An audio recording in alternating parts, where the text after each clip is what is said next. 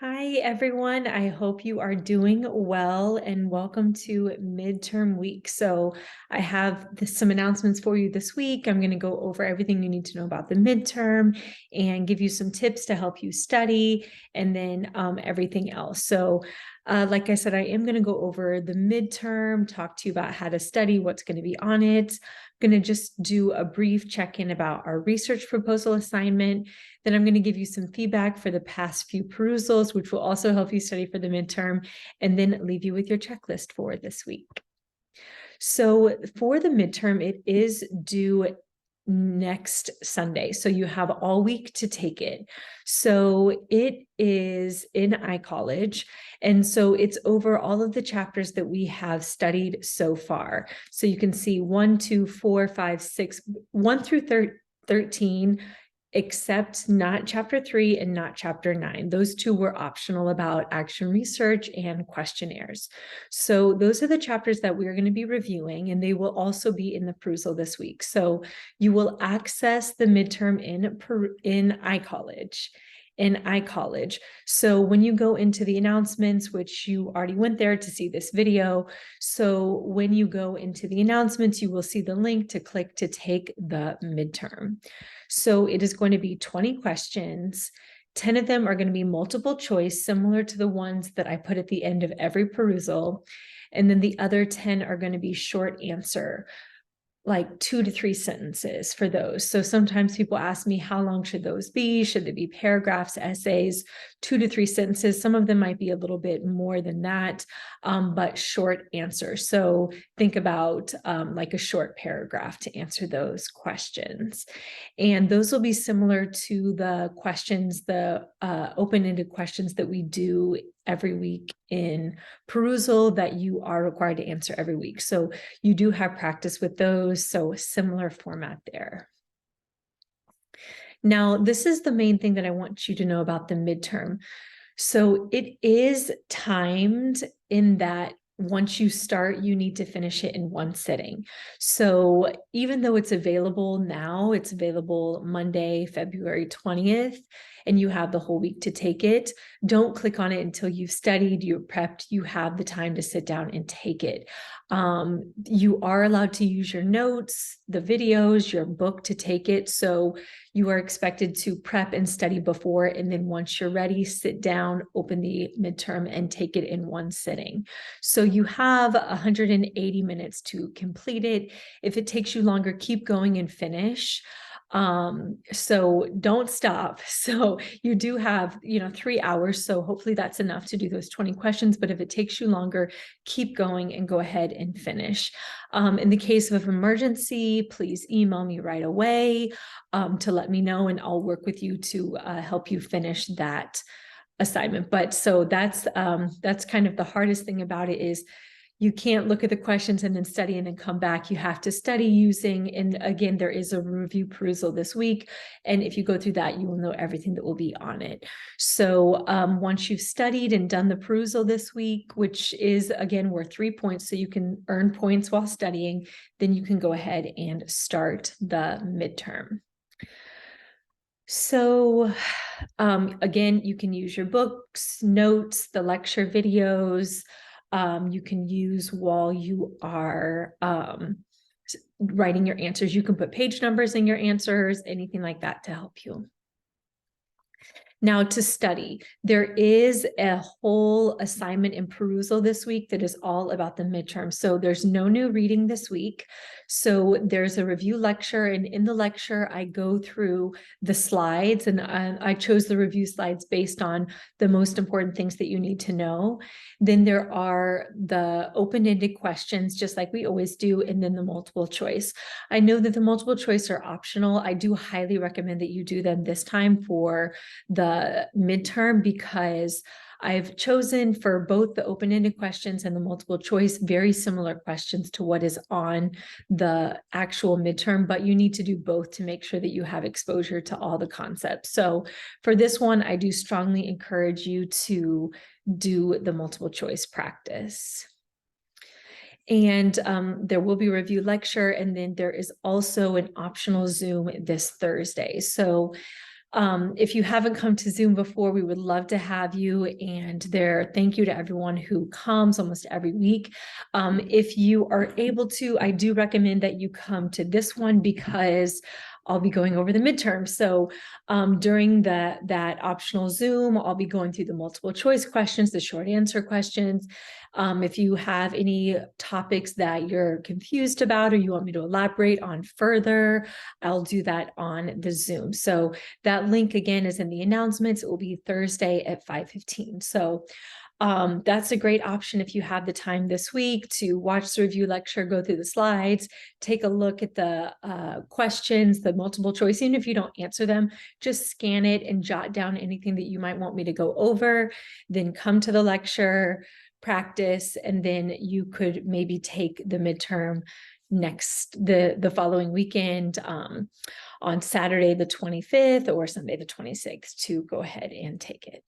So that is an overview of the logistics of what's on the midterm. It's worth 10 points.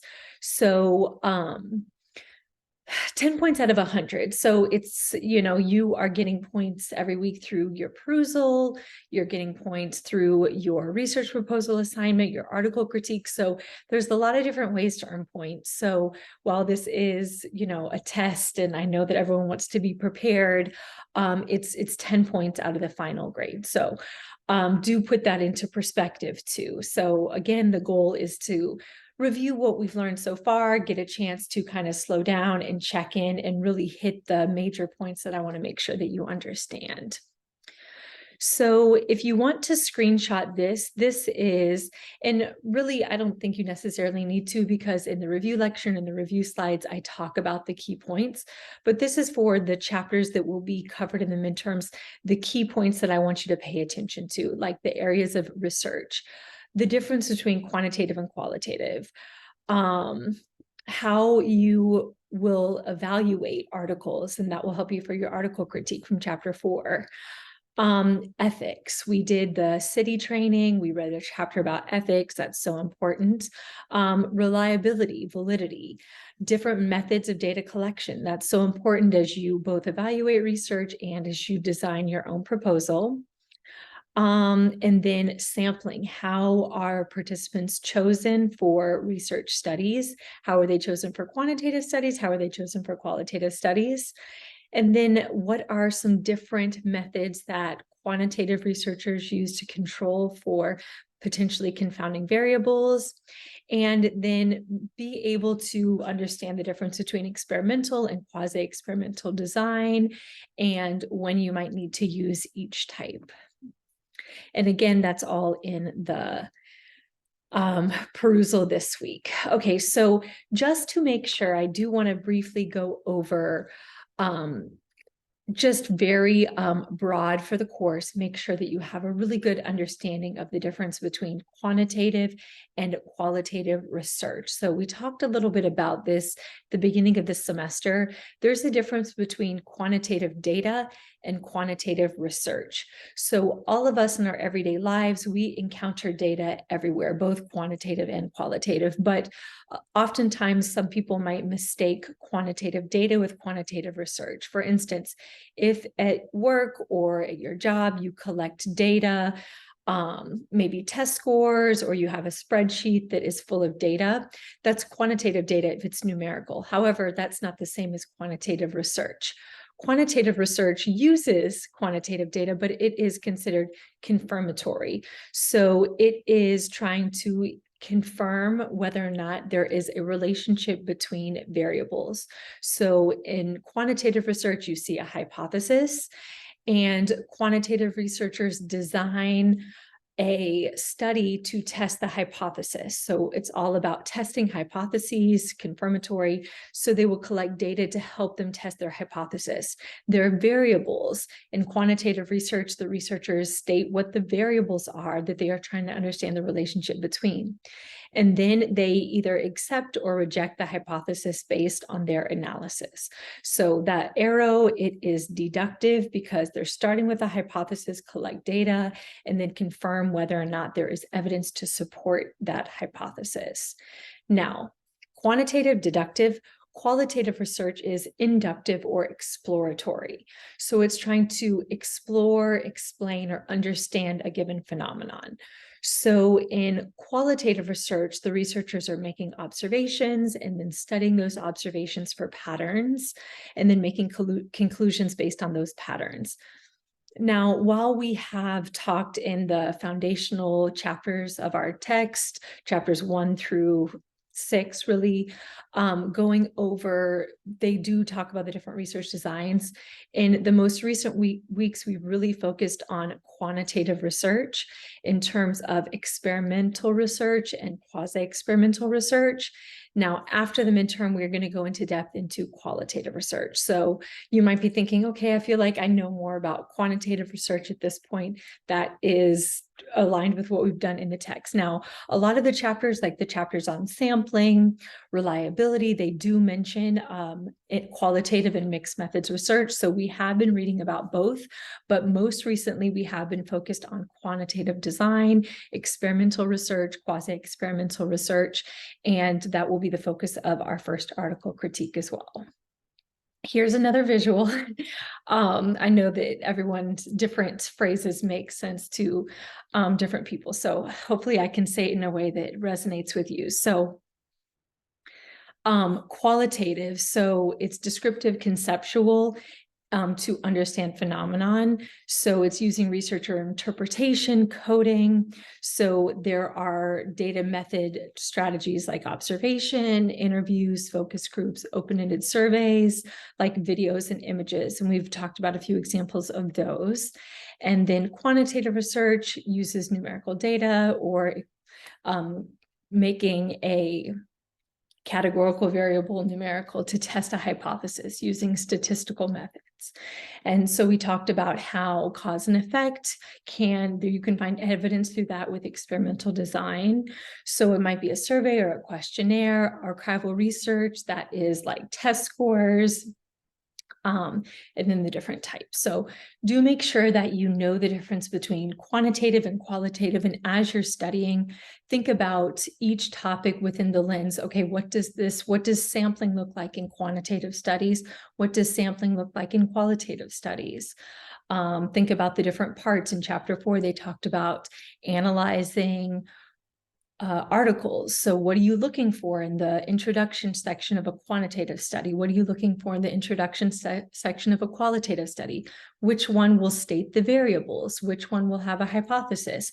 Which one will not? And talk about the significance. So those are some things that you can be thinking of just to focus your studying as you go through. Okay, so next week in my announcements video, we'll be done with the midterm. I'm going to go into depth about our research proposal and our next check-in. So make sure you tune in next week. That will be February 27th on that announcement video for week 8. I'll go through what our next steps are for the research proposal, but studying for your midterm should really help you as you apply those same topics to your own research proposal. And I've seen a lot of you in perusal really making those connections, both to your own practice, but also to your research proposal. There's been some great questions and connections there. So look out for that next week, including I'm going to do a little mini lesson on searching for the references that you'll use for your literature review. Okay, so I want to go over some of the multiple choice questions for the past 2 perusals and just make as many connections as I can to the midterms as we continue to study. So in chapters 10 and 11, we talked about sampling, which means how do you choose the participants for your research study, and then about reliability and validity. And these chapters talked about both quantitative, qualitative, and mixed methods studies. So these chapters are organized based on the research design, which again will help you understand the difference. Okay, so when you are sampling or choosing participants for a quantitative study, one of the methods is a random sample. And so a random sample is when you number all of the elements and use a random number table to choose. So that is considered a way to use statistics to make sure that the sample is representative of the population. So random sample, we talked about that with experiments and also random assignment. So you'll see that similarity there, but there is a difference between random sampling and random assignment. Random sampling is how you choose which participants are included in the study, and random assignment is how you choose which group the participants go into. Okay, so number 2, so when researchers are looking for people with a particular characteristic, and then they recruit and until they have the number that they want, that's quota sampling. Maybe they want 20 students that are identified as gifted within a rural high school. And so once they have those, they've met their quota.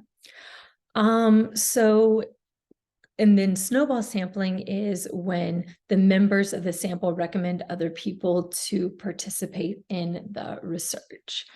And so that's a technique that is often used in qualitative design.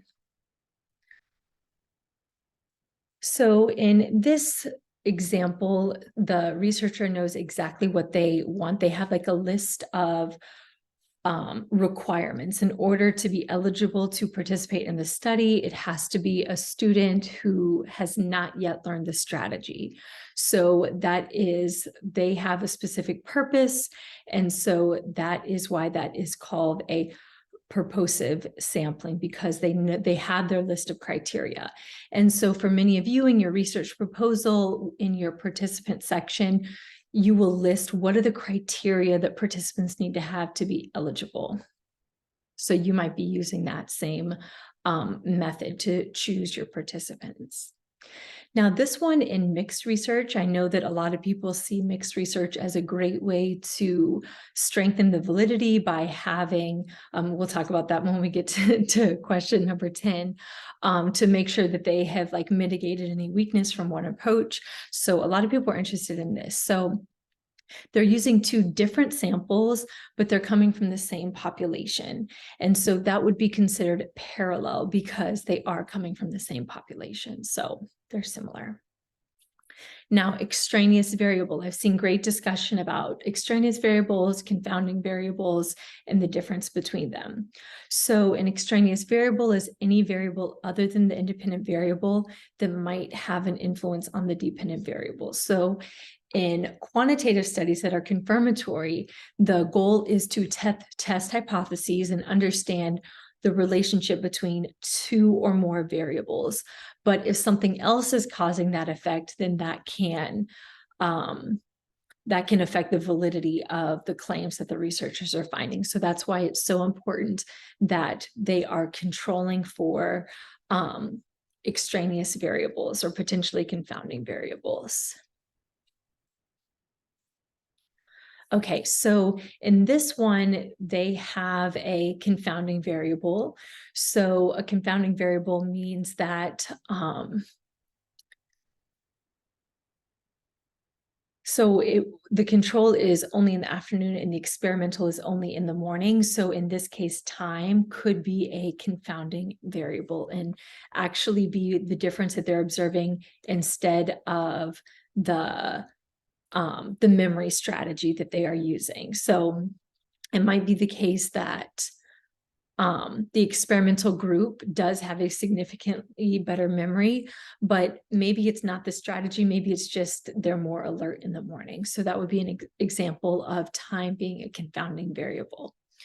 So when the researcher can draw a clear conclusion, when they have evidence to support their findings, that is called internal validity, meaning that the evidence that they've collected based on the data that they analyze do support the conclusions that they have drawn. That's internal validity. And reflexivity is a method to establish validity in a qualitative study. And that is when the researcher has done a lot of work with their own self-reflection to discuss their own perspectives and biases and how that impacts their analysis and their analytical process, leading to the conclusions that they drew from the data that they analyzed. And then in mixed methods, there are so many different types, and our text calls them legitimation strategies. And so for those of you who are interested in doing mixed methods, definitely look there. In the lecture over chapter 10 and chapter 11, there was a whole diagram about all of the different strategies that researchers using mixed methods can use. And so in this one, the same participants are both interviewed, and then also there is a quantitative component where the amount of time that it took between when they saw it, when they ate the food, was calculated. So they had both. And so that's weakness minimization, because the weakness of the quantitative data is strengthened by the interview or the qualitative data, and vice versa. So that is one of the benefits of mixed methods, is you can overcome any weaknesses of one particular method of data collection. Okay, and so then this past week, in week 6, we discussed experiments and quasi-experimental design, and a lot of great discussion there, connections that people had to different types within their different practices that they've done at work. So one of the major things that came up in this chapter was about control. And so again, this is related to quantitative design being confirmatory, trying to understand the relationship between variables and test hypotheses. So it's in order to isolate variables and the relationship between them, quantitative researchers have to be very careful that they are designing in controls and are very clear in explaining the controls that they used to strengthen their internal validity. So experimental control refers to eliminating any differential influence on the extraneous variables.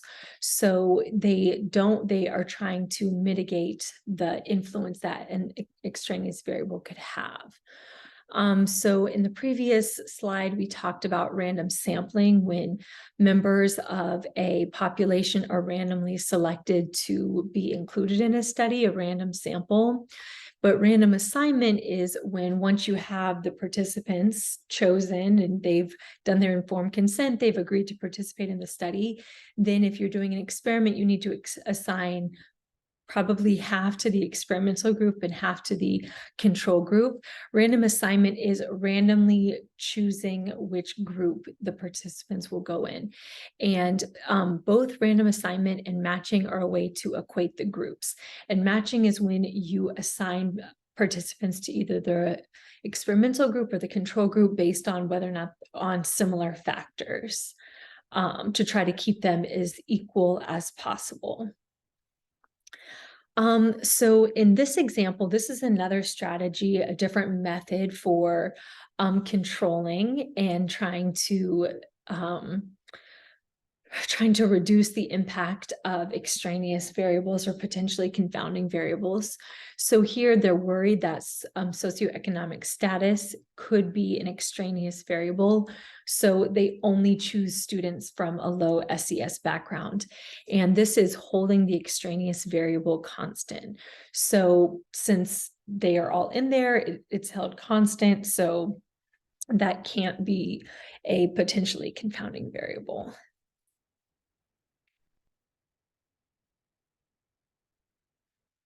Okay, so an experiment. So So in an experiment, the variables are manipulated in a controlled environment. And that is because you have random assignment and there's an intervention and a control group in order to see. Now we're going to talk about after the midterm about how to conduct experiments when they're observing what's happening in a real world environment. Or if there is a naturally occurring variation to test that. But experiments that we read about this past week, the variables are manipulated. So a key characteristic that differentiates quasi-experiments from experiments is the lack of random assignment. So that was a key point in the chapter that you will definitely need to know for the midterm this week and moving forward in your article critiques. So that is the main difference between experiments and quasi-experimental design. And the text did a good job going into how you can have a weak versus a strong quasi-experimental and experimental design. Now, you can also use a statistical technique to control and try to equate the groups. And so you can see there, we will see this, these different statistical tests that you can use both to identify if there is a statistically significant relationship between the independent variable and the dependent variable, but you can also use a statistical control to try to equate the groups. So make sure that you note that as well. Okay, so, oh, the last one. Okay, yes, this one I did want to talk about as well. So in a quasi-experimental study, so you are going to have the control group and then the experimental group. So if during the study something happens that affects one group but not the other, what would that be called? So let's say that we have a quasi-experimental study looking at let's use the memory strategy intervention. So let's say it's two schools, maybe two schools are right across the street from each other, third grade. One school is using the memorization strategy and then the other school is not. Now they've controlled for all the extraneous variables that they can, but for convenience, they didn't use random assignments since they don't want to have students switch schools. So everything's been held the same, including the time and everything. Now, when the post test is being given, they're giving it at the same time, same day in both schools. However, let's say that one of the schools during that post test had a fire drill. So that would be something unplanned that happened during the administration of the experiment that only affected one group. So that would be a selection history event. So yeah, something that happens in the history of the data collection that only affects one group that could potentially impact the results. And that example, I would think would. So that is selection history. But there has been good discussion about maturation and different ways to think about that. Of course, in education, students are always maturing and learning and growing all the time. So that's definitely something that researchers have to keep in mind. But history is when there is an unplanned event that affects the administration for one group and not the other. Okay, so here is your week 7 checklist. So again, this week you will do the midterm. I wish I would have switched this order, but I do recommend that you do the perusal first. You can earn 3 points, or you can come to the Zoom if you want to do that to earn your points before you start the midterm. So both of those are due by Sunday. Again, next week, I'll talk more about your research proposal because we do have a check-in coming. So if you get ready to work on that sooner, you can email me and I'll give you maybe the updates before if you're ready for them. But that will be a check-in. And then the article critique assignment, I talked to some of you this weekend. And so I have gone ahead and assigned everyone that assignment. There's also a sample available if you want to see a sample. So I'll be talking about that at the beginning of that week. So next week on February 27th, look for the announcements talking about the research proposal. Then the following week on March 6th, I will go into depth about the article critique. So in the announcements videos of the week that it's due, I'll go into depth just like here I did with the midterm. So those are the announcements. You're doing amazing. So yeah, the midterm should be a great way for you to check in with the topics covered so far, and it should help you with the article critique assignment and your research proposal. So all of the studying will go to great use. And again, if you can come to Zoom this Thursday, that's a great way to study. And of course, you can use your textbook on the midterm, the notes, the lecture, everything, because the purpose is for you to make sure that you have mastered these topics. So please reach out to me if you need anything. Good luck. And I appreciate all of your comments and your hard work so far. And I know that you will do great. Talk to you soon. Bye-bye.